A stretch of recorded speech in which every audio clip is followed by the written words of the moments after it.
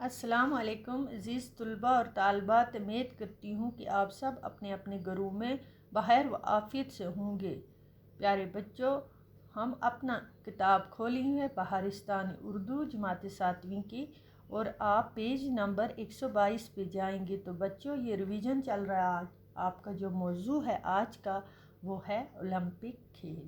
Olympic کھیلوں کے بارے میں ہم نے پہلے بھی جانا پڑھا، آج ریویژن ہے۔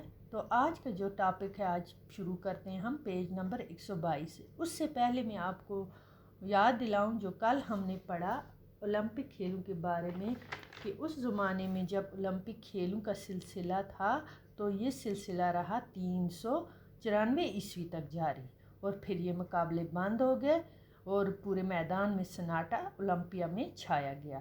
تو یہ سلسلہ تقریباً 1500 سال تک بند رہا۔ کتنے تک؟ 19ویں صدی کے آخر میں یہ فرانسیسی جواب نے پھر دوبارہ اسے شروع کرنا چاہا، تو اس نے یہ بہت کوشش کی اور پھر شروع کیا بین الاقوامی سطح پر۔ ان کا خیال تھا کہ دماغ کے ساتھ جسم کی نشو و نما بھی ضروری ہے۔ تو یہ تقریباً جب شروع ہوا تو اس وقت اس نے 1894 عیسوی میں دنیا بھر کے کھیل کود کے نمائندوں کو دعوت دی، اور پھر یہ مقابلے شروع ہوئے اور اولمپیا کو پھر سے شروع کر دیا گیا، اور 6 اپریل 1896 عیسوی کو پھر سے اولمپک کھیل شروع ہو گئے۔ اور ایسے آگے آج پڑھیں گے جو آج کا سبق ہے۔ 1896 عیسوی میں جب اولمپک کھیل دوبارہ شروع ہوئے تو پھر 13 ملکوں کے کھلاڑی شریک ہوئے۔ اس میں کتنے؟ 13 ملکوں کے کھلاڑی شریک ہوئے۔ اب یہ کھیل ہر چوتھے سال ہونے لگے، ہر 4 سال کے بعد یہ کھیل ہونے لگے، اور ان کی مقبولیت برابر بڑھتی چلی گئی۔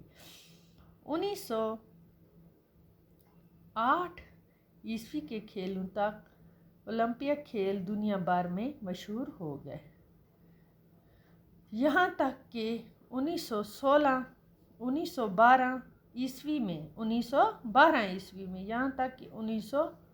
عیسوی میں جب سوئٹزرلینڈ کے دارالخلافہ اسٹاک ہوم میں اولمپک کھیل ہوئے تو ان میں تمام بر اعظموں کے لگ بھگ 2500 کھلاڑیوں نے حصہ لیا۔ کتنوں نے لیا؟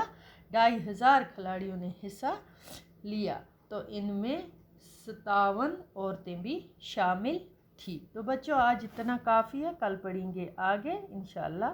خدا حافظ۔